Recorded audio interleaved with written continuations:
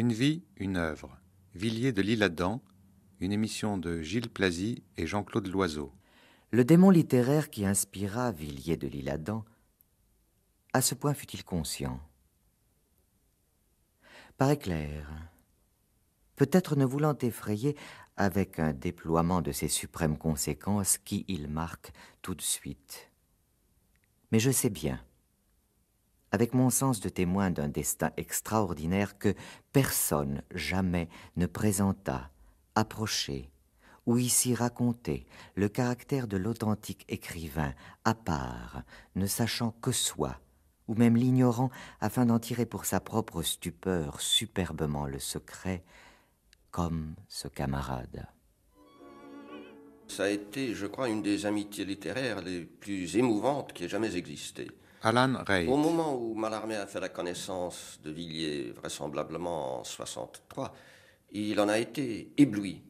Il a vu en Villiers, comme d'ailleurs beaucoup de contemporains, le grand homme de sa génération, celui qui allait transformer la littérature et le monde. Et puis peu à peu, il s'est rendu compte que cela n'allait pas se produire de cette façon-là. Et il a toujours eu d'abord beaucoup d'admiration pour Villiers, c'est exact, mais aussi une profonde compassion, parce qu'il s'est rendu compte que Villiers n'allait pas atteindre les buts qu'il s'était assignés dans la littérature et dans la vie. Et Mallarmé est resté peut-être son meilleur ami pendant un quart de siècle. Et la conférence de Mallarmé sur Villiers, qui est plutôt une sorte d'oraison funèbre, est, à mon avis, son chef-d'œuvre en prose, et qui témoigne d'une compréhension de Villiers et de son œuvre qui est absolument sans pareil. Ces 30 pages que Mallarmé a écrites sur Villiers sont et resteront, je crois, ce qu'il y aura de plus pénétrant sur lui. Sphinx, ô toi, le plus ancien des dieux, je sais que ton royaume est semblable à des steppes arides et qu'il faut longtemps marcher dans le désert pour arriver jusqu'à toi. L'ardente abstraction ne saurait m'effrayer, j'essaierai. Les prêtres dans les temples d'Égypte plaçaient auprès de ton image la statue voilée d'Isis, la figure de la création. Sur le socle, ils avaient inscrit ces paroles. « Je suis ce qui est, ce qui fut, ce qui sera. Personne n'a soulevé le voile qui me couvre. » Sous la transparence du voile, dont les couleurs éclatantes suffisaient aux yeux de la foule, les initiés pouvaient seuls pressentir la forme de l'énigme de pierre, et par intervalles, ils le surchargeaient encore de plis, diaprés et mystérieux, pour mettre de plus en plus le regard des hommes dans l'impuissance de la profaner. Mais les siècles ont passé sur le voile tombé en poussière. Je franchirai l'enceinte sacrée et j'essaierai de regarder le problème fixement. Jean-Marie Mathias Philippe Auguste de Villiers de l'Isle-Adam est un des écrivains majeurs de la seconde moitié du XIXe siècle. Cela, simplement dit, peut paraître dérisoire, puisque Mallarmé, qui avait l'œil et l'oreille attentifs à la littérature vivante, ne s'y est pas trompé. Cet aristocrate bohème et fauché, qui ne craignit pas de prétendre au trône de Grèce, fut l'ami de Huysmans et de Léon Bloy, et sa forte personnalité, soulignée d'une verve peu commune, en fit une vedette des cafés à la mode et des salons les plus raffinés. Fascinant conteur et pianiste fougueux, au pantalon le plus souvent tenu d'une ficelle, il se donnait naturellement en spectacle dès que l'assemblée lui paraissait suffisamment réceptive.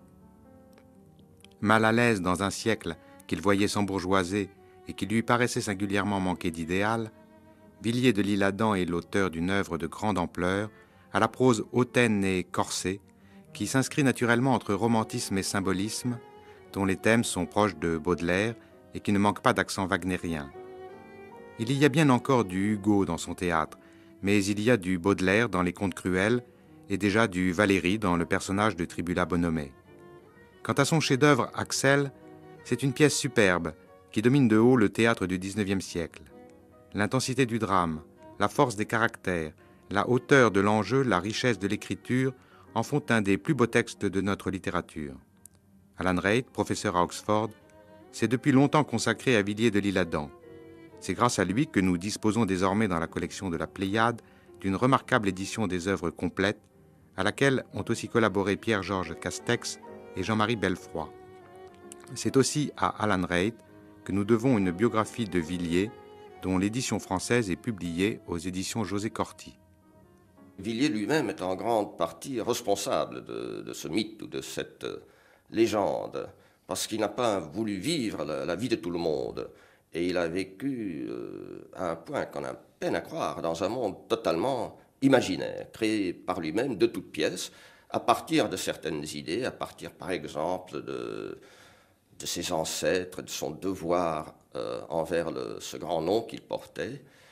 Et en même temps, il y a une très profonde ironie chez Villiers. Ce qui fait que, très souvent, on ne sait pas si, dans tel ou tel aspect de ses activités, il faut le prendre au sérieux ou pas. Je crois qu'il s'est rendu compte qu'étant tellement différent de ses contemporains, eux avaient tendance à se moquer de lui. Et justement, pour se protéger contre cette moquerie, il a commencé à se moquer de lui, même de propos délibérés, afin de prévenir la moquerie des autres. Parce que pour lui, l'aristocrate, aussi bien que l'artiste, vivait en marge de la société bourgeoise. C'était une société où l'aristocrate et l'artiste avaient perdu leur place naturelle. Et c'est en grande partie pour cela que Villiers se sentit étranger dans son siècle. Une sorte de café sur la terre. L'étranger entre, boit ou mange et sort. Seulement on le paie quelquefois pour qu'il s'en aille. Parle toujours à ton seul ami comme si demain il devait être ton ennemi mortel. Parle toujours à ta maîtresse comme si demain tu devais maudire le jour où tu l'as connue. Je considère sans trop de douleur les faillites de l'Union Générale et du Panama. Les gens sérieux sont amusants à voir quand on les ruine et que leur nature de larbin alors se révèle. Une femme, au dire des voisins, a martyrisé et tué son enfant pendant 2 ans. Et on n'a pas arrêté les voisins ? Michel Gazier, Jean-Didier Wagner, nous nous sommes donné rendez-vous dans un café près des grands boulevards, un quartier que Villiers de L'Isle-Adam a beaucoup hanté à la fin du 19e siècle. Et il a beaucoup fréquenté les cafés dans lesquels il était un personnage glorieux et qui avait son public. Jean-Didier Wagner, je crois que vous avez été particulièrement attentif ou sensible à l'ironie anti-bourgeoise de Villiers de L'Isle-Adam. Ah oui, j'aime bien par principe. Non, mais c'est vrai que l'ironie de Villiers, donc, par exemple, si on regarde à la fin du 2e tome de la Pléiade, ce qu'on appellera les aphorismes, ils sont vraiment très percutants contre la naissance de cette société moderne dans laquelle l'argent a remplacé véritablement toutes les autres valeurs que, bien sûr, en sorte d'aristocrate de l'idéal, Villiers voulait mettre à la place. Et c'est cette ironie qui est constamment, qui est là pour détourner le texte, détourner les sens, et qui est véritablement la chose la plus importante, je crois, dans la lecture de Villiers. C'est un petit peu la fonction aussi de son personnage, Tribula Bonomet, c'est-à-dire ce sorte de Homais, dont Reit a retrouvé un peu l'affiliation, et de personnages un peu fallots, un peu modernes, et qui fonctionne en même temps comme une sorte de Laurel et Hardy avec Villiers de L'Isle-Adam. C'est une sorte de révélateur. C'est sa pierre de touche de la société. Tribula Bonomet, il apparaît dans plusieurs textes et de façon un peu différente. Si on additionne ces différentes apparitions, il y a une ambiguïté et quelques contradictions dans ce personnage. C'est pour ça justement qu'il n'est pas exactement tout à fait négatif.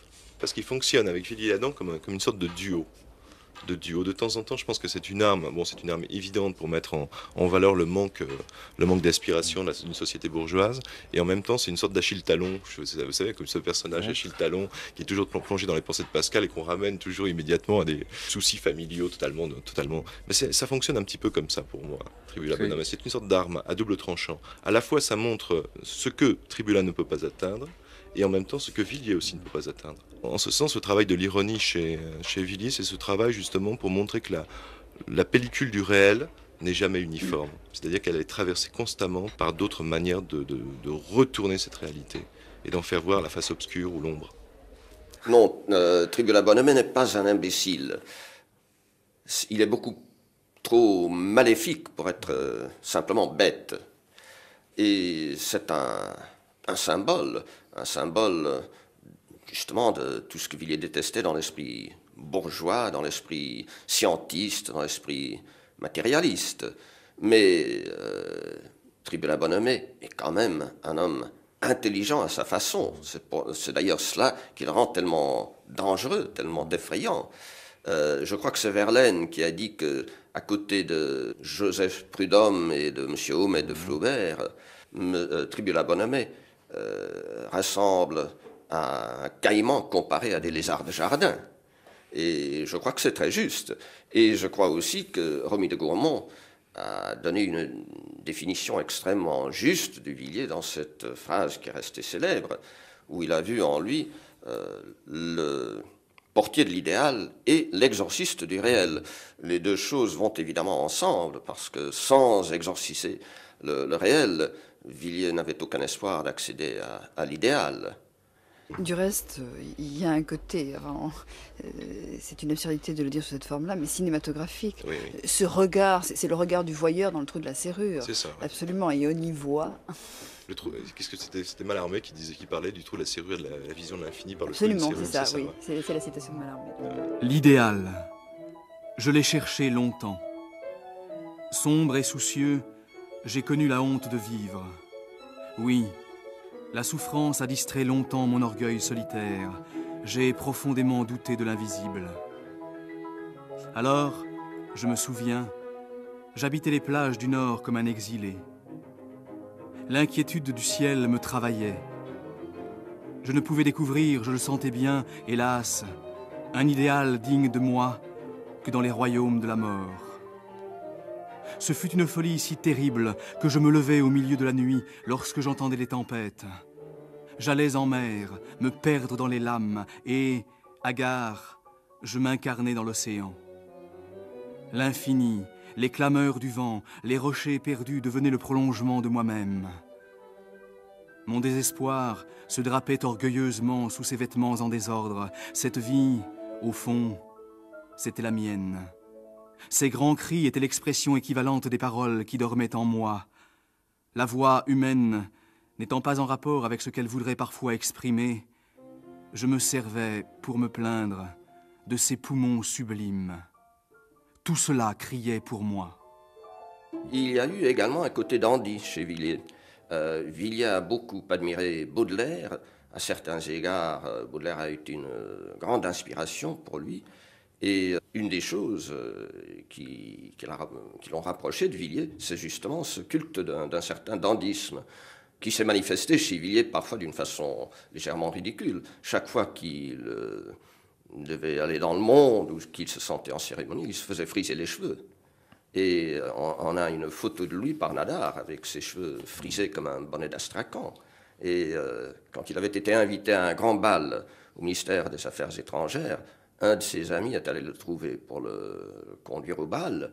Et Villiers venait de se faire friser à tel point que l'ami en a été horrifié, tellement son aspect était extraordinaire. Et il a fallu 3/4 d'heure pour rabattre cette chevelure ébouriffée et pour le rendre sortable. D'une certaine manière, ce dandysme est une façon de se rattacher à une grande tradition. On doit paraître.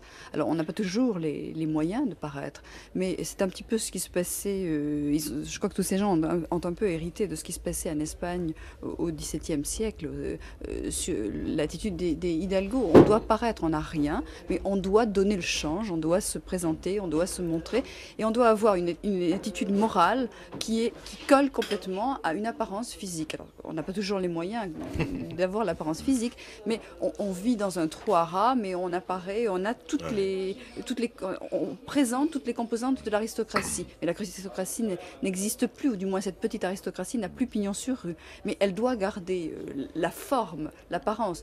Et je crois que de la même manière que l'écriture est l'aristocratie du langage. Mais il y a toujours ce problème du nom, de la famille. Ça, c'est quelque chose qui est très important. Et Villiers, j'ai l'impression que non seulement il y a ce dandysme qui est dans le siècle, mais en plus, il y a le fait d'appartenir à la maison de Villiers-l'Isle-Adam. C'est-à-dire qui va le conduire, à cause d'une pièce au Châtelet, dans laquelle un de ses ancêtres est présenté comme un traître, à provoquer quelqu'un en duel, par exemple. Et ça, c'est constant. Alors il y aura des sortes de passages, des hauts, des bas. Moi, il me fait toujours penser au neveu de Rameau, je veux dire, Villiers, parce qu'il est capable d'apparaître un jour totalement sortant de chez n'importe quel hôtel particulier, et le lendemain matin avec une chemise de l'aide sociale sur le dos. C'est-à-dire une sorte de neveu, ouais, tout à fait. C'est la grille des vieux jardins du pensionnat. 10 heures sonnent dans le lointain. Il fait une nuit d'avril claire, bleue et profonde. Les étoiles semblent d'argent. Les vagues du vent, faibles, ont passé sur les jeunes roses. Les feuillages bruissent. Le jet d'eau retombe neigeux au bout de cette grande allée d'acacias. Au milieu du grand silence, un rossignol, âme de la nuit, fait scintiller une pluie de notes magiques. Alors que les 16 ans vous enveloppaient de leur ciel d'illusions, avez-vous aimé une toute jeune fille? Vous souvenez-vous de ce gant oublié sur une chaise dans la tonnelle? Avez-vous éprouvé le trouble d'une présence inespérée, subite? Avez-vous senti vos joues brûler lorsque, pendant les vacances, les parents souriaient de votre timidité l'un près de l'autre? Avez-vous connu le doux infini de 2 yeux purs qui vous regardaient avec une tendresse pensive? Avez-vous touché de vos lèvres les lèvres d'une enfant tremblante et brusquement pâlie, dont le sein battait contre votre cœur oppressé de joie? Les avez-vous gardées au fond du reliquaire, les fleurs bleues cueillies le soir près de la rivière, en revenant ensemble? Et Villiers traversa la Manche pour chercher fortune et femme en Angleterre. C'est certainement un des épisodes les plus extraordinaires d'une vie pourtant très fertile en péripéties.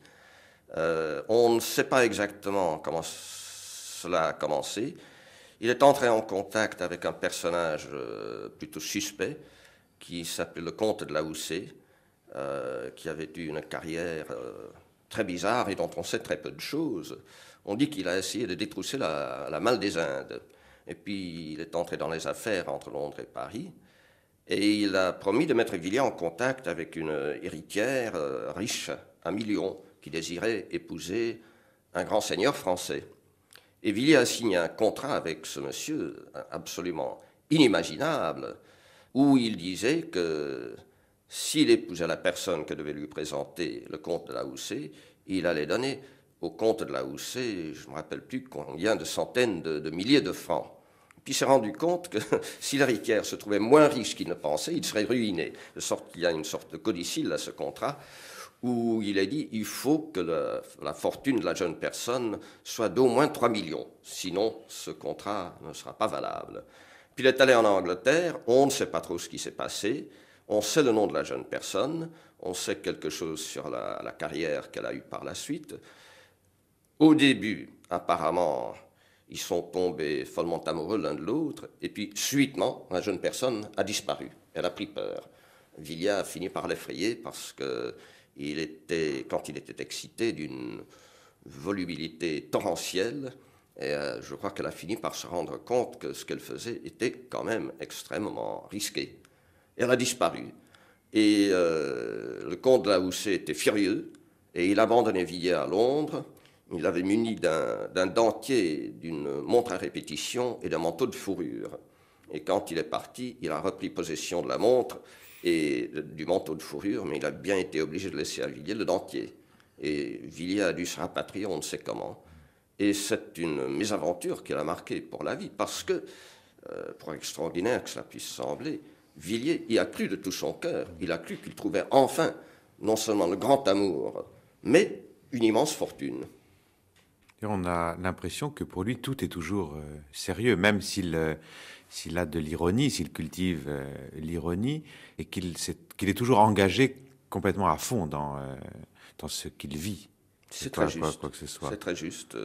Que ce soit dans ses histoires de riches mariages, que ce soit dans ses rêves de grand succès au théâtre, que ce soit dans d'autres entreprises, il s'est toujours engagé à fond. Et le plus étonnant dans sa vie, c'est que, après tous ses échecs, il recommençait toujours de plus belle. Rien ne le désespère, en fait. Non, non. C'est cela qui, à mon avis, explique son comportement sur son lit de mort, qui a été critiqué par beaucoup, parce qu'il vivait avec une femme de ménage illettrée qui lui avait donné un fils. Et il a fini par l'épouser sur son lit de mort. Mais il a opposé une résistance farouche à l'idée de ce mariage que lui proposaient de faire ses amis Mallarmé et Huysmans, dans le but de sauvegarder l'avenir du fils. Si Villiers a refusé, c'était parce qu'il ne voulait pas mourir. Et il savait que s'il épousait cette femme, il devait mourir. Et il refusait absolument d'admettre l'idée de la mort. Il a eu une phrase tout à fait pathétique, à mon avis. Lors de ce mariage, il a dit qu'il accepterait cette humiliation avec l'humiliation suprême de la mort. C'est un mot qu'il a eu devant Mallarmé, que je trouve absolument extraordinaire, mais qui dépeint bien l'homme. Pour lui, la mort, si la mort arrivait avant qu'il ait pu conquérir la place qu'il lui croyait due dans le monde des lettres, ça serait une grande humiliation. C'est pour cela qu'il a lutté contre la mort avec une telle ténacité. Un génie. Nous le comprîmes tel. Dans ce touchant conclave qui, au début de chaque génération, pour entretenir à tout le moins un reflet du saint éclat, assemble des jeunes gens en cas qu'un d'eux se décèle l'élu, on le sentit tout de suite présent, tous subissant la même commotion. Je le revois. Ses aïeux étaient dans le rejet, par un mouvement à sa tête habituel, en arrière, dans le passé, d'une vaste chevelure cendrée indécise, avec un air de « qu'ils y restent, je saurais faire, quoique cela soit plus difficile maintenant ». Et nous ne doutions pas que son œil bleu pâle, emprunté à des yeux autres que les vulgaires, ne se fixa sur l'exploit philosophique prochain de nous y rêver. Est-ce qu'il n'y a pas chez l'un comme chez l'autre, comme il y a eu chez Baudelaire, et comme chacun des deux, Villiers-de-l'Isle-Adam et Mallarmé, a pu le trouver chez Baudelaire, est-ce qu'il n'y a pas la même sensation d'exil, en fait, et d'exil du poète dans le monde? Il y a cette sensation d'exil, mais il y a aussi, malgré la discrétion apparente de Mallarmé, il y a eu chez lui, aussi bien que chez Villiers, une ambition absolument démesurée, qui était de transformer le monde par la littérature. Et c'est une idée d'ailleurs qui est venue à Mallarmé, je crois, en partie par Villiers et à cause de Villiers, parce que c'est ce que Villiers voulait dans sa vie. Et dans cette conférence, Mallarmé dit quelque part qu'à l'époque où lui et ses contemporains du Parnasse ont rencontré Villiers, il croyait qu'il allait accomplir ce que Mallarmé appelle l'exploit philosophique de nous y rêver. Et finalement, quand Mallarmé s'est rendu compte que Villiers n'allait pas accomplir cet exploit, je crois que Mallarmé a eu l'ambition de le faire lui-même, d'une toute autre façon, bien entendu. Enfin, l'idée du livre, de l'œuvre que Mallarmé voulait faire, lui a été en partie, je crois, inspirée par Villiers. Et Villiers et Mallarmé, qui ont en réalité beaucoup de traits en commun, ont eu l'un et l'autre cette croyance que c'était par la parole qu'on pouvait atteindre l'idéal ou éventuellement créer l'idéal. Et c'est pour cela que la génération de 85, qui en a eu assez du réalisme plat dans la littérature, a conçu une telle admiration pour Villiers aussi bien que pour Mallarmé, parce qu'ils s'étaient battus chacun à leur façon pour maintenir cet idéal à une époque où ça n'était vraiment pas à la mode. Ça sera découvert bien plus tard. Alors, maintenant on connaît bien la structure de la matière, on sait de quoi sont faites les charges électriques. On sait qu'effectivement il y a deux types de charges dans la matière, les charges positives et les charges négatives. On sait que les charges de même type se repoussent, tandis que les charges de type contraire s'attirent. Ça, ce sont les propriétés fondamentales, et c'est ce qu'on va utiliser ici. Je viens vous dire, puisque nos dieux et nos espoirs ne sont plus que scientifiques, pourquoi nos amours ne le deviendraient-ils pas également? à la place de l'Ève de la légende oubliée, de la légende méprisée par la science, je vous offre une Ève scientifique. Seul digne se semble de ces viscères flétris que, par un reste de sentimentalisme dont vous êtes les premiers à sourire, vous appelez encore vos cœurs. Loin de supprimer l'amour envers ses épouses si nécessaire, jusqu'à nouvel ordre du moins, à la perpétuité de notre race, je propose au contraire d'en assurer, raffermir et garantir la durée, l'intégrité, les intérêts matériels à l'aide innocente de mille et mille merveilleux simulacres où les belles maîtresses décevantes mais désormais inoffensives se dédoubleront en une nature perfectionnée encore par la science et dont la salubre adjonction atténuera, du moins, les préjudices qu'entraînent toujours après tout vos hypocrites défaillances conjugales. Jean-Louis Jacopin et Michel Authier, nous sommes avec vous au Palais de la Découverte parce que vous vous êtes compromis tous les deux dans une affaire grave à l'égard de Villiers de l'Isle-Adam, qui était l'adaptation de L'Ève future, son énorme et complexe roman, son adaptation au théâtre. Et vous aviez présenté le spectacle à Avignon il y a 2 ans, 1984. Et je voulais d'abord vous demander, bien sûr, qu'est-ce qui vous avait pris d'attaquer ce roman et de le porter à la scène? Bon, plusieurs choses. Une des raisons, c'est que c'est effectivement un roman qui parle de la science et dans lequel Villiers de l'Isle-Adam a eu, sinon des prémonitions, mais en tout cas a annoncé des choses qu'on a aujourd'hui, qui sont la télévision, le microphone, éventuellement le laser, enfin, et puis surtout que c'était un rapport, si vous voulez, entre la science et le théâtre. Et c'est une chose qui, moi, me passionnait complètement, c'est-à-dire que le roman de Villiers aujourd'hui, on entend derrière, c'est bien, le roman de Villiers aujourd'hui permet d'une part de voir ce qu'il y avait de rapport entre la science au XIXe siècle et la littérature, et aujourd'hui, comment on pouvait aujourd'hui essayer de traiter de l'histoire d'un scientifique qui n'est pas vraiment Edison, puisque Villiers de l'Isle-Adam dit le héros de L'Ève future, c'est le sorcier de Menlo Park et pas le vrai Edison. Mais en même temps, c'est vrai que le personnage, c'est Edison et qu'à travers lui, on va pouvoir assister à ce dont rêvent aujourd'hui pas mal de scientifiques, à savoir est-ce qu'il est possible de brancher du vivant sur de l'artificiel ou inversement. C'est-à-dire, j'entendais par exemple dernièrement que les scientifiques américains étaient en train d'imaginer de greffer une puce électronique sur le cerveau humain pour des pilotes de chasse. Et je crois qu'on est en plein dans le problème. C'est-à-dire qu'incontestablement, le lieu se prête tout à fait à un commentaire sur Villiers de l'Isle-Adam, d'autant plus que ce lieu du Palais de la Découverte présente une science qui, pour notre époque maintenant, apparaît comme un peu archaïque. C'est-à-dire elle est surtout descriptive de phénomènes spectaculaires, cheveux qui se dressent sur la tête, petites boulettes d'argent qui sautent dans tous les sens et tout. Il est certain qu'à l'heure actuelle, la lecture des livres de physique est infiniment plus ennuyeuse que les spectacles qu'on peut voir au Palais de la Découverte. Et ça me semble quelque chose qui est tout à fait notable. La physique à la fin du XIXe siècle était une physique qui apparaissait comme beaucoup plus amusante parce qu'elle tentait de décrire des phénomènes qui étaient visibles explicitement. À l'heure actuelle, les problèmes qui se posent à la physique se trouvent dans des problèmes qui sont beaucoup plus enfouis, qui sont beaucoup plus liés déjà au mode d'explication, au concept interne à la science.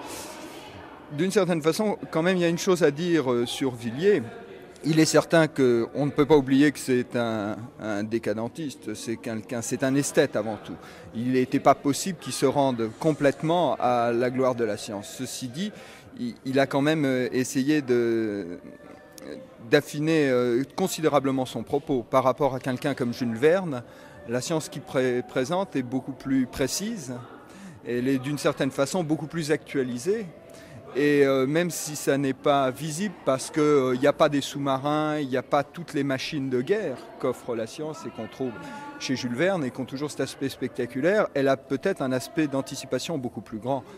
Il y a dans des descriptions qui semblent tout à fait hyperboliques, où Villiers imagine qu'on va pouvoir, qu'on aurait pu filmer Moïse recevant l'étape de la loi, ou bien les murs de Jéricho tombant sous le coup des trompettes, ou les choses qui semblent tout à fait spectaculaires. Un aspect plus profond qui, à mon avis, me semble beaucoup plus intéressant, c'est tout ce qui va devenir, à partir de la deuxième moitié du XXe siècle, la théorie de la communication. C'est-à-dire qu'il y a chez Villiers le sentiment qu'il aurait fallu qu'enregistrer, c'est d'une certaine façon donner à l'histoire un aspect qui est complètement nouveau et l'accumuler sous des informations. Il essaie d'imaginer une histoire dans laquelle il y aurait eu de l'information de façon constante, et il manifeste le regret que cette information ne puisse pas être toujours présente. Est-ce que vous pensez qu'il avait une réelle information scientifique assez précise, ou est-ce qu'il a fait preuve, avec quelques petites informations, d'une intuition géniale ? C'est toujours difficile de répondre à ce genre de questions. Il faut savoir que la science, à la fin du XIXe siècle, était suffisamment homogène pour qu'une bonne connaissance sur un problème donne une intuition fine de l'ensemble des problèmes qui pouvaient se passer dans la science à l'heure actuelle. L'amitié de Villiers pour Charles Cros faisait certainement, il était très au courant de ce qui se faisait dans tous les problèmes de reproduction du son. Et à partir de ce moment-là, un regard suffisamment fin sur ce simple problème pouvait probablement lui donner une intuition assez vraie de problèmes qui pouvaient se passer par ailleurs. Dans la mesure surtout où le problème scientifique de Villiers dans l'Est futur est essentiellement celui qui est lié à la reproduction de l'authentique. À partir de ce moment-là, on peut partir de l'hypothèse que ce que lui aura appris Charles Cros lui aura permis d'avoir une intuition relativement bonne de ce qui était possible. Pour revenir à la question que vous posiez directement, c'est vrai qu'en 1984, il y a eu une espèce de confrontation et d'affrontement entre ce qu'est un théâtre, non pas ancien, mais tel qu'on le connaît, c'est-à-dire pratiqué avec des rideaux noirs, des mots et de la poussière, ce que j'aime beaucoup, et puis ce qu'aujourd'hui on pourrait tenter, on pourrait imaginer, c'est-à-dire d'essayer de mêler tout ce que nous offrent les technologies, c'est-à-dire la télévision, le laser, la vidéo, les rétroprojecteurs, enfin toutes ces choses-là, bon, tous ces moyens de communication aussi dont parlait Michel Autier tout à l'heure, et qui se mêlent aux mots et au théâtre. Bon. Et c'est vrai que dans le spectacle, il y avait, si vous voulez, à la fois une partie théâtrale, c'est-à-dire qu'il y avait des acteurs qui jouaient, comme on peut le voir dans Molière, dans Shakespeare, dans n'importe quelle pièce contemporaine. Et puis il y avait aussi du cinéma, de la projection sur miroir, sur écran qui apparaissait à travers un miroir sans teint, et aussi de la projection d'images sur une immense colonne qui reproduisait le vivant, c'est-à-dire qui reproduisait une jeune femme séduisante d'aujourd'hui, mais qui était une photographie comme le sont toutes les photographies sur lesquelles les hommes fantasment beaucoup. Et c'est vrai qu'à Avignon, des gens ont attaqué le spectacle. Beaucoup de gens de la profession d'ailleurs ont attaqué le spectacle parce que ça n'était pas ça le théâtre. Bon, alors il y a plusieurs questions qui se posaient. Je veux dire, est-ce qu'aujourd'hui il faut continuer à éclairer les spectacles avec des bougies ? Parce qu'au fond, les projecteurs qu'on fabrique ont été à une époque des technologies nouvelles, c'est-à-dire la lumière qui est... Bon, et puis les projecteurs nouveaux sont aussi des technologies nouvelles par rapport aux anciens projecteurs. Bon. Et aujourd'hui, c'est vrai que moi, ce qui me passionne complètement, c'est d'essayer de faire, à une époque on appelait ça spectacle total, mais j'ai pas envie de parler de ça, c'est-à-dire que j'ai envie de faire en sorte que se mêle à la fois du vivant et de l'artificiel. On dit aujourd'hui par exemple intelligence artificielle en parlant des ordinateurs. Bon, ben, l'intelligence c'est a priori humain, et puis artificiel c'est la machine. Bon, certains scientifiques, moi j'ai assisté à des colloques où les scientifiques disent quand est-ce qu'on va pouvoir faire des films sans acteurs, ou quand est-ce qu'on va pouvoir faire des pièces de théâtre sans acteurs avec des hologrammes qui seraient parfaitement programmés et qui bougeraient. Moi c'est pas du tout ce que je recherche, au contraire, ce que je cherche c'est de mêler ça, c'est-à-dire effectivement de voir comment l'artificiel et le vivant peuvent jouer ensemble. Et le texte de Villiers, qui est d'une complexité rare, enfin les acteurs ont eu vraiment un travail extraordinaire à faire sur le souffle, à retrouver une espèce de poitrine du 19e siècle, enfin des poumons du 19e pour respirer différemment. Et il se trouve que c'est le texte lui-même qui, bien dit, enfin superbement vécu comme ça, crée un effet d'hypnose. Bon, et il y avait un effet d'hypnose à partir du texte, et on était entre cette rêverie, cette écoute flottante que pouvait avoir le public, et puis la réalité des images d'aujourd'hui. Et sur lesquelles on a travaillé aussi de façon assez... Enfin, moi qui me plaisait bien, c'est par exemple on avait... des scènes d'opéra qu'on avait filmées, c'est-à-dire que la jeune femme de Villiers-Adam chantait, était une chanteuse d'opéra, et là aussi on avait gardé la chanteuse, mais on l'avait filmée en accéléré, comme l'était jadis le film muet, sauf que c'était en couleur. Je veux dire, on jouait aussi sur des décalages d'époque comme ça, tout comme il y avait le décalage entre les acteurs d'aujourd'hui, avec les corps qu'ils ont aujourd'hui, et puis le texte de Villiers. Michel Gazier, vous êtes critique littéraire et vous montrez un intérêt particulier pour les nouvelles, notamment en vous occupant d'une revue qui s'appelle Nouvelles Nouvelles. Oui, absolument.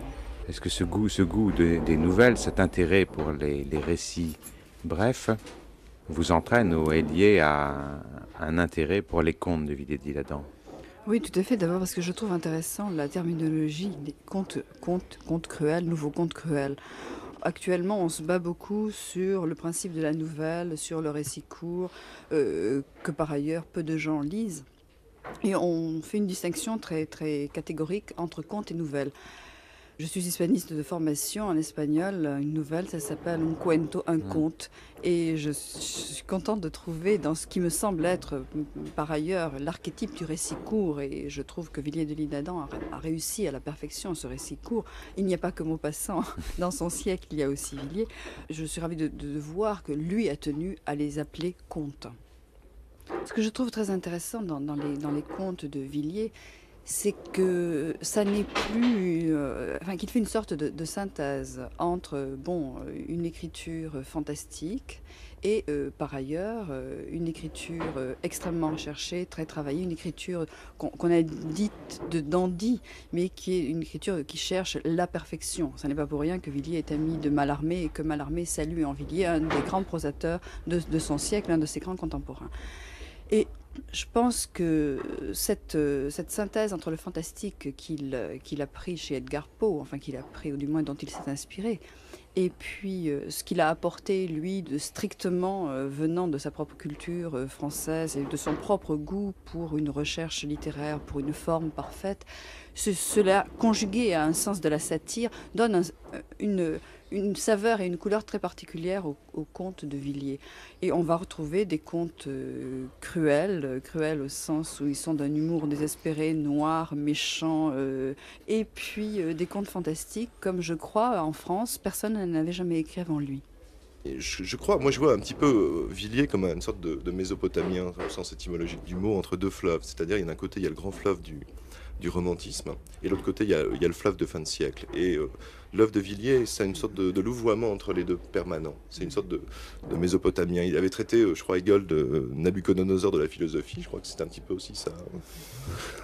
Tout à fait. Je crois que ce qui fait la différence entre les contes, c'est plutôt les contes de rage, oui. Ce qu'il écrit sous le feu de la colère, qui peut être d'une méchanceté étonnante, et ce qu'il écrit sous une espèce de grâce, au contraire, où il y a un personnage, un regard, un visage, une ambiance. Et là, c'est tout à fait une autre dimension et une autre écriture. Mais dans les deux cas, il y a une perfection formelle et il y a un travail stylistique remarquable. Oui.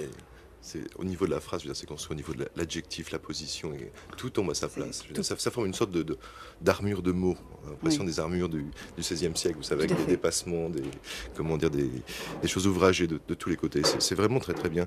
Mais je crois que les contes de rage aussi, ce sont les plus beaux aussi, parce qu'il y a cette haine véritablement folle de Villiers du modernisme, c'est-à-dire de tout ce qui est la naissance de ce qu'on va appeler le XXe siècle à l'intérieur du XIXe, c'est-à-dire l'affichage céleste, par exemple, dans lequel ça scande un petit peu les débuts de la publicité, cette manière de projeter sur le ciel, je dirais, les grands slogans publicitaires du XIXe siècle.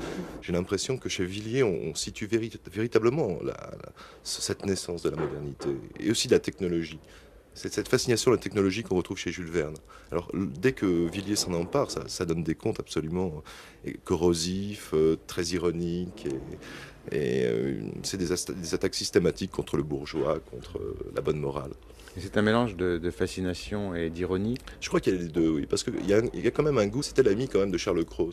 Et là, il y a cette fascination de la machine quand même. Mais cette machine, évidemment, dans la mesure où elle vient prendre la place de cet idéal dont on disait qu'il était le portier, et ça provoque de temps en temps des grosses tensions chez Villiers. Oui, c'est un peu ce qu'il dit aussi sur la liberté. Oui. Nous ne sommes pas prêts à la liberté, trop vieux pour la monarchie et trop jeunes pour la liberté. Oui. Ça revient strictement au même. Michel Gazier, je crois que vous êtes particulièrement sensible à ces textes les plus courts. J'avoue que j'ai un grand penchant pour ce petit texte qui s'appelle Anthony et qui est un portrait de femme, une femme très belle, une demi-mondaine, qui est entre des hommes aux moustaches parfumées et elle les embrasse tous et Dieu reconnaîtra le sien. Et tout le monde s'interroge sur ce pendentif qu'elle porte à son cou et dans lequel il y a une mèche de cheveux très brun dont on pense qu'elle doit appartenir à un hidalgo quelconque.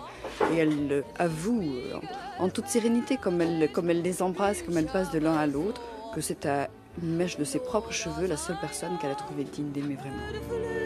Celui qui ne voit rien d'étrange n'a jamais regardé un homard en face. Je suis homme, rien qu'un homme, et je mets ma gloire à le paraître avec ses faiblesses, ne voulant pas poser pour les statues, ni faire des dupes. Je vous prie, monsieur, d'agréer mes regrets de vous avoir connu. Dans cette écriture, il y a aussi un côté, une l'esthétique du poème en prose, un peu de l'époque, de cette fin du siècle. Est-ce que c'est ça que vous sentez le plus dans les textes, les textes les plus courts? Oui, c'est le passage d'une certaine forme très, très rigide de ces... Enfin, j'avoue ne pas aimer beaucoup les poèmes de Villiers et le passage dans une prose qui est complètement poétique et complètement maîtrisée. Je trouve que nous parlions d'entre-deux, nous sommes complètement dans une forme d'écriture parfaitement moderne.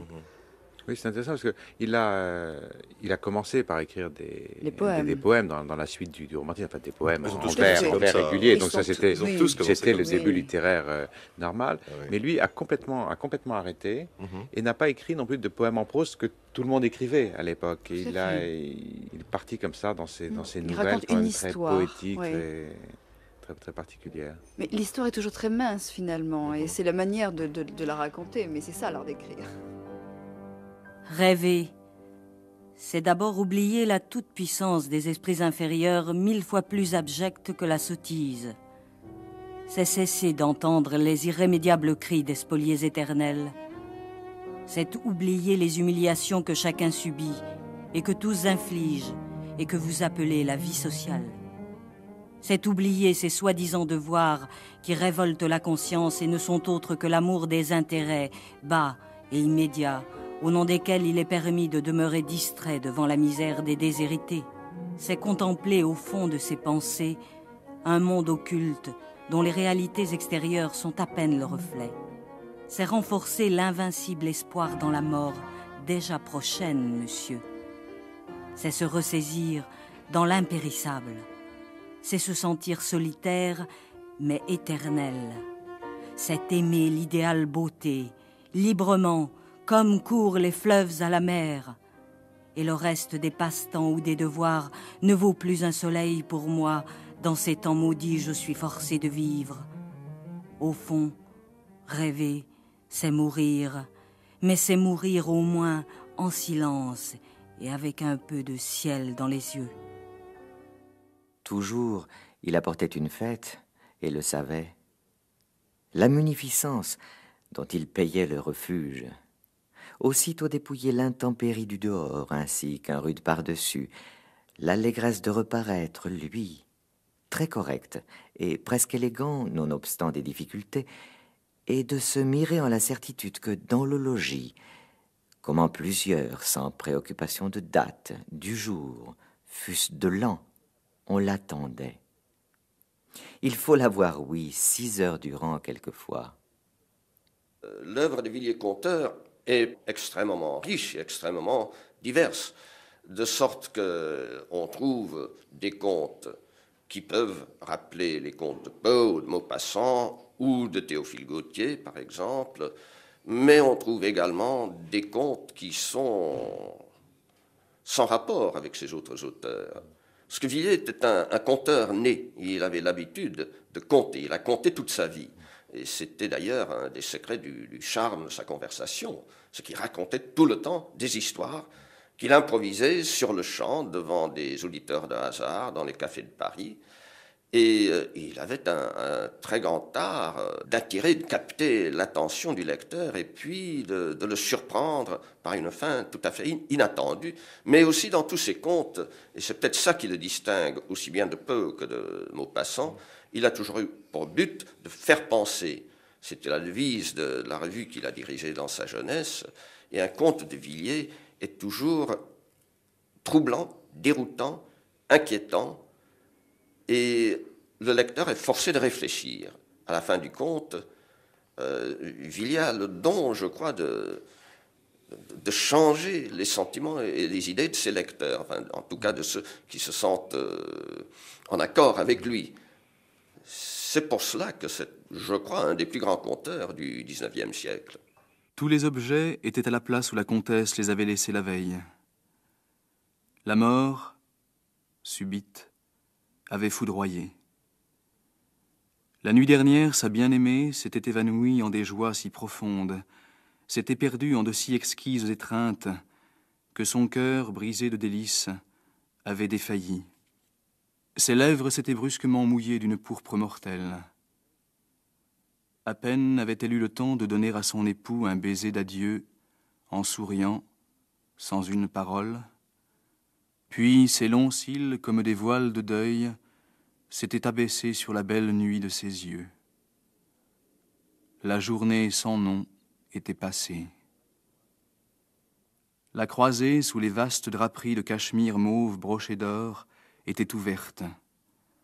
Un dernier rayon du soir illuminait dans un cadre de bois ancien le grand portrait de la trépassée. Le comte regarda autour de lui la robe jetée la veille sur un fauteuil, sur la cheminée les bijoux, le collier de perles, l'éventail à demi fermé, les lourds flacons de parfum qu'elle ne respirerait plus.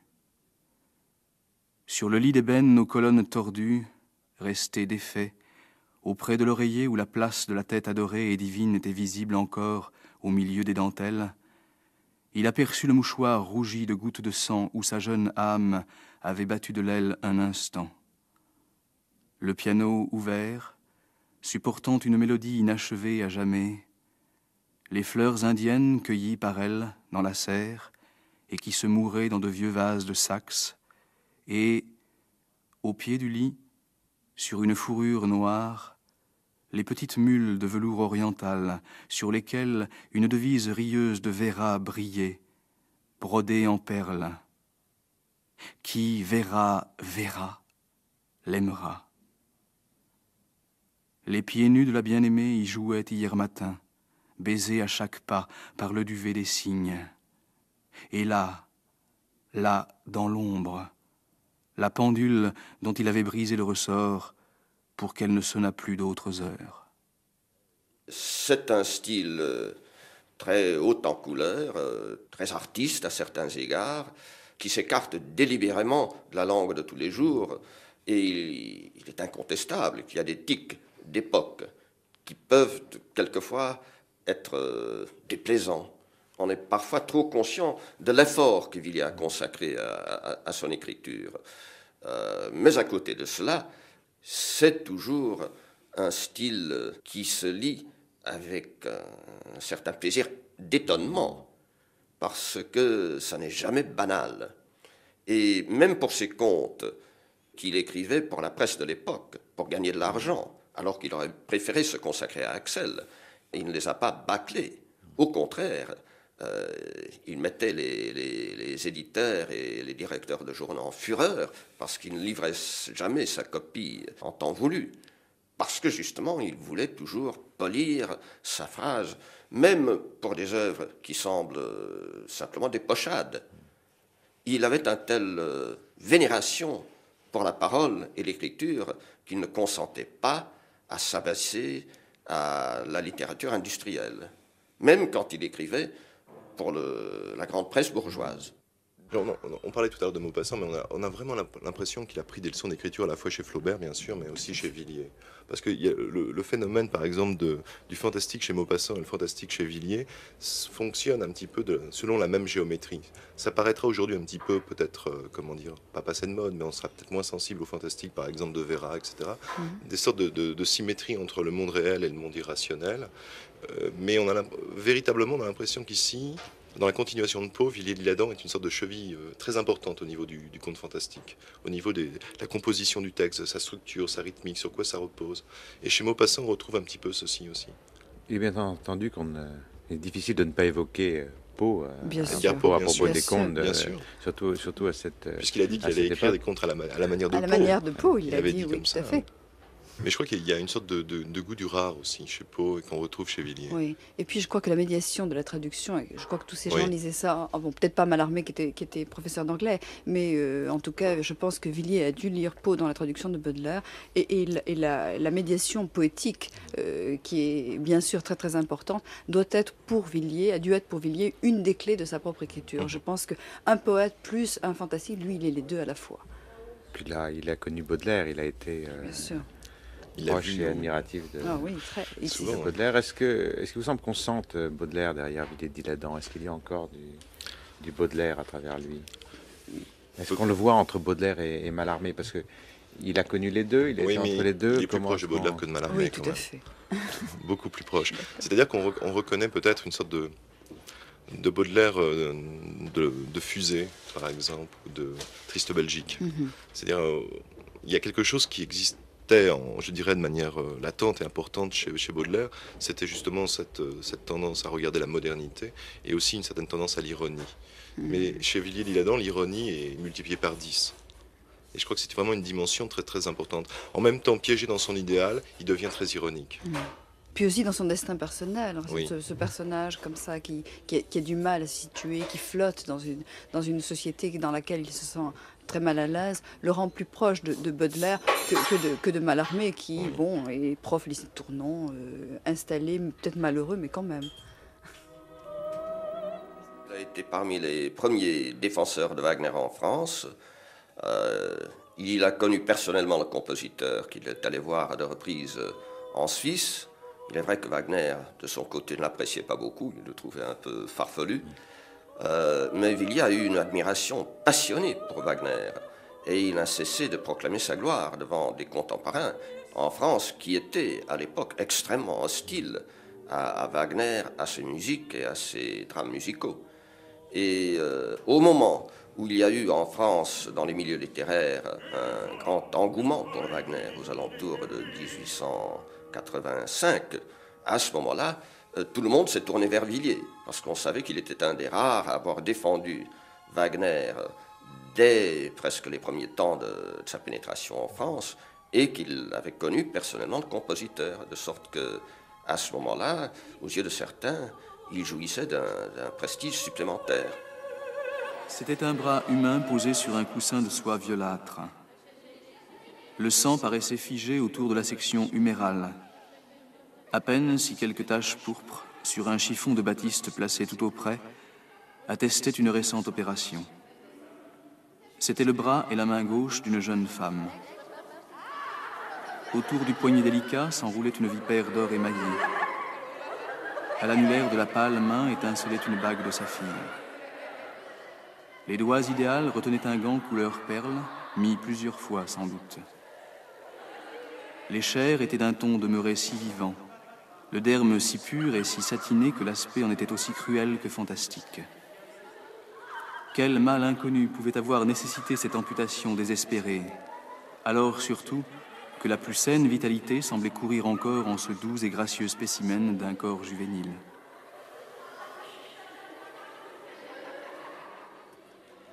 La science permet-elle à l'homme d'accomplir son rêve et de se passer de Dieu? Question que Villiers se pose dans l'Ève future. Il faut dire qu'à la période où Villiers-l'Isle-Adam écrit, Michel Autier. La science est à sa période d'apogée absolue d'une certaine façon. On est en 1860-70, c'est la période où le positivisme bat son plein tout au moins en France. Et Villiers est lui-même lié au milieu scientifique et à tout ce qu'on pourrait appeler l'avant-garde culturelle, puisqu'il est en rapport avec des gens comme Mallarmé et tous les décadentistes, Huysmans et tout. C'est-à-dire que c'est des gens qui non seulement s'intéressent évidemment beaucoup à l'art, mais énormément à l'état de la science à leur époque. Sur le plan de l'électricité et du magnétisme, Maxwell vient de découvrir les lois qui lient l'électricité au magnétisme. C'est l'impression qu'on a une théorie qui sera définitive sur le problème de l'électromagnétisme. En plus, toute la grande tradition de la mécanique rationnelle est arrivée à un stade qui, pour tous les scientifiques, apparaît comme un stade définitif. D'une certaine façon, la science donne l'impression de ne plus avoir de problème à résoudre. Elle est arrivée à son stade maximal. Elle n'a plus de découverte fondamentale à faire quant aux lois. Et c'est la technique qui doit prendre le relais et qui doit, d'une certaine façon, découvrir toutes les applications possibles. Ce qu'on a avec le personnage d'Edison, c'est justement cet individu qui, connaissant la science avec son génie propre, est capable d'adapter les lois de la physique qui ont été découvertes au XVIIIe siècle à la mécanique, au sens le plus général, c'est-à-dire à tout ce qui permet de faire bouger des êtres, des choses, et un certain nombre de choses de ce type.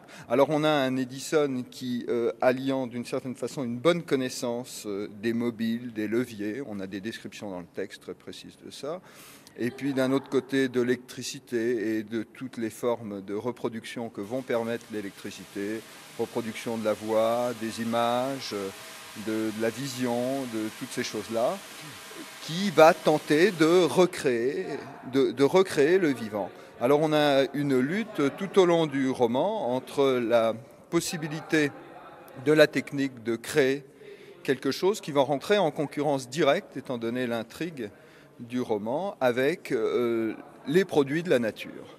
Alors à ce niveau-là, Villiers, qui est quand même un esthète, pose le problème le plus difficile, c'est-à-dire d'arriver à savoir si la science peut reproduire le beau. Ce qui est absolument fondamental dans ce roman, c'est pas tellement de reproduire la simple matière et le simple mouvement, les simples mécaniques, mais aussi ce qui suscite l'émotion. Est-ce que la science sera capable d'aller jusque-là ?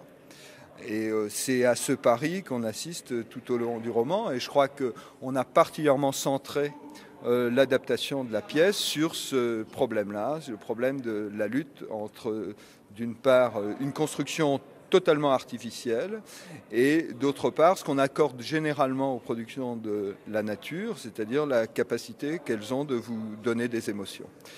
Et Villiers, à cette époque-là, est plein de l'optimisme que la science offre, étant donné son état, et on n'est pas du tout comme 100 ans plus tard, à l'heure actuelle, avec un relatif pessimisme vis-à-vis des possibilités de la science. Lui, il est extrêmement radical. Il pense qu'évidemment, la science peut tout, et plus que tout, et peut encore plus que ce que la nature a fait. Et à ce niveau-là, on est tout à fait passionné de voir apparaître ce qu'il appelle un androïde, une androïde, puisqu'il s'agit de reproduire une femme, qui a des capacités que la femme donnée par la nature, qui est pourtant la plus esquisse possible, avec des qualités d'artiste, de beauté, de douceur, eh bien le robot va dépasser son modèle naturel. Et d'une certaine façon, c'est le centre, cette dialectique entre la nature et la capacité de la technique de la transcender.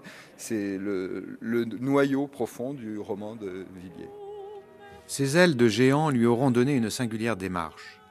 Il n'aura qu'au minimum composé avec le siècle, étant de ceux plutôt rares qui ne pouvaient se départir d'une certaine hauteur de vue. C'est qu'il eut le courage de ne jamais rompre avec cette force du rêve qui est la meilleure alliée des coureurs d'idéal. Il railla le siècle, mais sans amertume, parce qu'il garda toujours en lui, très vive, cette verdeur qui permet de croire que tout est toujours possible. L'ampleur mythologique de son œuvre est aujourd'hui son meilleur témoin, mais c'est elle aussi qui est responsable d'une certaine prudence de la gloire à son égard. Peu d'écrivains de notre langue furent, autant que lui, étrangers à cette mesure française, toute de finesse psychologique et de réserve du langage, selon laquelle se distribuent les lauriers. Ces femmes, du moins celles de ses livres, en sont la meilleure preuve. Inaccessibles, sauf dans la mort, pour celui qui se donne à elle, célestes ou diaboliques, et peut-être les deux à la fois, les héroïnes de Villiers de l'Isle-Adam sont toutes des messagères d'un autre monde. Hélène, Morgane, Tullia Fabriana, Élisabeth, Lady Cécile, Adali, Sarah, ces femmes sublimes, sont toutes porteuses d'une quatrième dimension qui fait d'elles, pour ces êtres plus fragiles que sont les hommes, des médiatrices capables de les aider à sortir d'un monde trop étroit. Et c'est ce rêve d'un ailleurs plus ample, plus clair, qui a hanté Villiers comme il a hanté Baudelaire, lequel soupirait quand la vie lui pesait « Anywhere out of the world », n'importe où hors du monde. Mais le message que nous pouvons entendre de la voix de Villiers, de la voix de Baudelaire, de la voix de Mallarmé, n'est-ce pas plus simplement celui-ci? Le seul monde où puisse vivre un poète, c'est celui de ses rêves, de son œuvre. Le jour, l'aurore. Axel, regarde, quel avenir le vent. Partons, c'est l'heure. Enveloppons-nous de nos manteaux. Là-bas, sous le feuillage violet, des rayons font étinceler déjà nos fourrures, nos armes. L'attelage frappe du pied dans la rosée. Oh, mon jeune amant, comme il va nous emporter sous les branches embaumées d'orage. Nous voici fuyant dans une brume radieuse. Bientôt, c'est une chaumière qui nous apparaît, au chant des oiseaux, avec son toit de mousse et baigné de 1000 perles. Quel bonheur de boire ensemble, en nous souriant, debout, dans l'herbe parsemée de feuilles tombées, le lait matinal. Et nous fuyons. Bientôt voici des humains sur les routes, puis un village, puis une ville, des villes, puis le soleil, puis le monde. Est-ce qu'on peut considérer d'abord que Axel était bien le grand œuvre de Villiers de l'Isle-Adam et l'accomplissement de sa vie et de son œuvre? Et dans ce cas-là, est-ce qu'on peut, à partir d'Axel, comprendre et réunir toute l'œuvre de Villiers de l'Isle-Adam? On pourrait, parce que c'est certainement l'œuvre qui est restée son œuvre de prédilection pendant de très longues années, et où il avait eu l'ambition de s'incarner tout entier. C'est par Axel qu'il voulait qu'on le juge. Alan Reit. Malheureusement, cette longue pratique de cette œuvre, qu'il n'arrêtait pas de développer, de changer, de réviser, a eu des conséquences en partie néfastes. Surtout à partir du moment où il a abandonné l'espoir de voir Axel sur la scène. À partir de ce moment-là, il a cru pouvoir allonger les parties les moins adaptées au théâtre. Et il y a incontestablement dans Axel des longueurs. Il y a des versions d'Axel avant la version dont il s'occupait à la fin de sa vie, qui sont peut-être supérieures, parce que les contours sont plus nets et les intentions sont plus claires. Mais quand on étudie la genèse d'Axel, c'est une genèse extrêmement émouvante, justement parce que Villiers y attachait une telle importance. Et on voit dans Axel ce qui a été certainement un des grands drames de sa vie intellectuelle, c'est la lutte entre la foi catholique, et un pessimisme intégral. Et c'est pour ça qu'il hésitait à terminer cette œuvre. Et c'est pour cela aussi que sur son lit de mort, il était tellement torturé par l'idée de cette œuvre à laquelle il avait consacré tant d'années d'un labeur acharné, était une œuvre qui péchait contre l'orthodoxie. Et sur son lit de mort, il a voulu transformer Axel et lui donner un sens chrétien, ce qui était en réalité impensable, parce que l'œuvre tout entière tend vers un pessimisme intégral et même très nettement antichrétien. Oui, c'est une histoire composée de deux conflits parallèles, de deux personnages, Axel, le garçon, et Sarah, la fille, qui chacun vivent un conflit avec l'enseignement traditionnel religieux qu'ils reçoivent un peu différemment, mais que chacun reçoit et dont chacun se libère. Alors ce conflit était aussi ardent et aussi vif qu'il paraît dans Axel pour Villiers de l'Isle-Adam. Je le crois.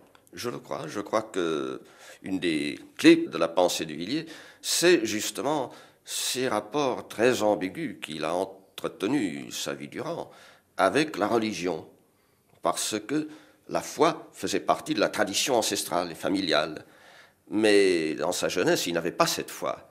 Et il a essayé de la retrouver sans jamais tout à fait y parvenir, tout en se sentant coupable par son peu d'orthodoxie et par ses hésitations, par ses errements. Mais vers la fin de sa vie, il se posait volontiers en écrivain catholique, tout en ayant conservé certains doutes. Et il y a dans ses papiers certaines notes qui sont très émouvantes et qui traduisent bien ce conflit. Il y en a une qui m'a toujours frappé. Prière, mon Dieu, faites que je sois dupe toute ma vie des nobles et belles choses. Je trouve ça magnifique. La qualité de notre espoir ne nous permet plus la terre. Que demander sinon de pâles reflets de tels instants à cette misérable étoile où s'attarde notre mélancolie? La terre, dis-tu? Qu'a-t-elle donc jamais réalisé cette goutte de fange glacée dont l'heure ne sait que mentir au milieu du ciel? C'est elle, ne le vois-tu pas, qui est devenue l'illusion.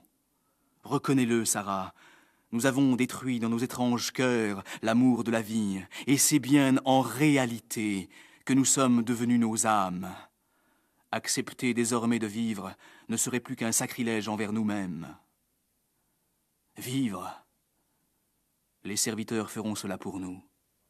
Tout à l'heure, vous parliez et nous parlions de Baudelaire, parce qu'il y a des rapports évidents entre Baudelaire et Villiers d'Isle-Adam, mais il me semble qu'il y a chez Villiers d'Isle-Adam des personnages de femmes, une vision ou des visions, une vision complexe, contradictoire de la femme, qui moi me semble assez proche finalement de celle de Baudelaire, avec cette distinction entre une phase très, très positive et une phase très négative, entre l'idéal et le mal. Enfin, c'est peut-être là que les deux se rapprochent. Villiers se trouve toujours entre deux images. Je crois que c'est pour ça qu'il est intéressant.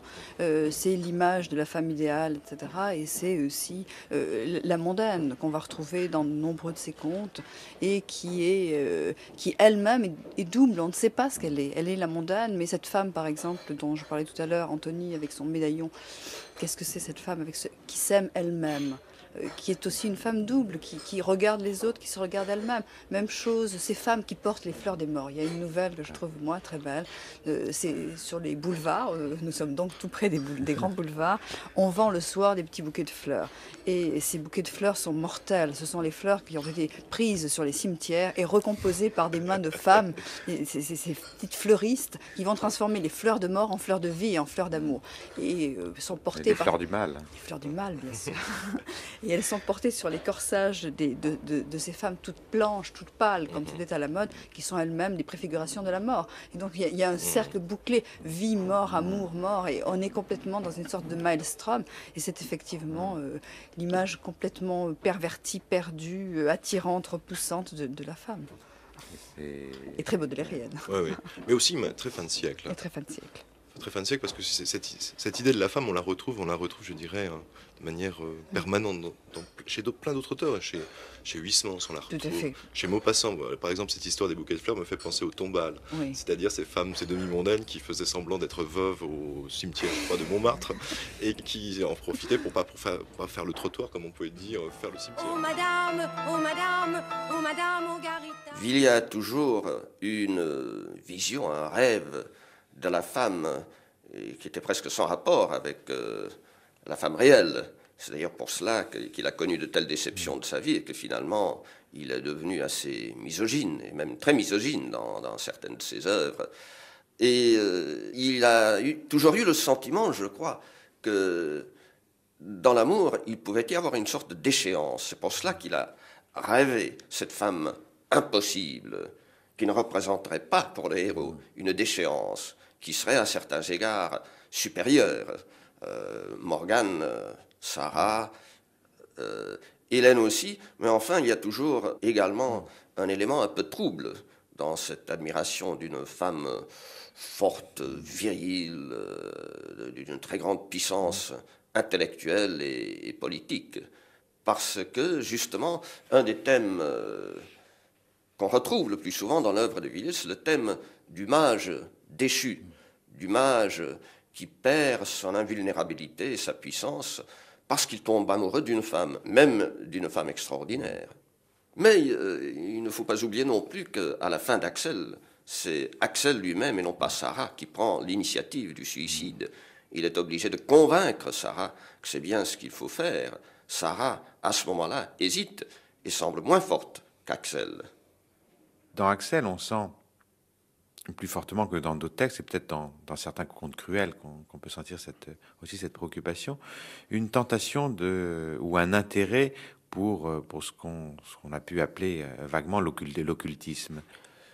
Oui, mais là aussi, Villiers a été, je ne dirais pas un des premiers, mais enfin, ça n'était pas une question de mode chez lui. Il a cru à un moment donné, ou il a voulu croire à un moment donné, que l'occultisme pouvait peut-être mettre fin aux incertitudes qu'il ressentait vis-à-vis du christianisme, parce qu'il a vu que l'occultisme pouvait éventuellement fournir des preuves concrètes, pouvait lui permettre d'entrer directement en contact avec l'au-delà, mais en réalité, il s'est toujours approché de l'occultisme également avec des doutes et des hésitations et des réticences. Et un peu comme pour Hegel, il a pratiqué un peu de l'extérieur sans jamais y croire tout à fait. Ça n'a jamais été un occultiste pratiquant comme certains excentriques des années 80, comme Péladan par exemple. L'occultisme a été une tentation pour Villiers, mais une tentation qu'il a fini par rejeter, comme Axel rejette la tentation occultiste. Mais il y a une chose qui m'a frappé, c'est que Sarah, quand elle refuse de prendre le voile, à ce moment-là, ne dit rien. Elle dit non. C'est le seul mot qu'elle prononce dans le premier acte de la tragédie. Alors que quand Axel rejette l'initiation occultiste, il développe ses raisons très très longuement. Et je crois que c'est parce que Villiers pouvait se permettre de parler contre l'occultisme, parce qu'il ne se sentait pas lié par une certaine fidélité, une certaine loyauté, alors que même s'il rejetait le christianisme, il ne voulait pas parler contre le christianisme. Une vie, une œuvre. Villiers de l'Isle-Adam. Une émission proposée par Gilles Plazy, avec Alan Reit, Michel Gazier, Michel Autier, Jean-Louis Jacopin, Jean-Didier Wagner.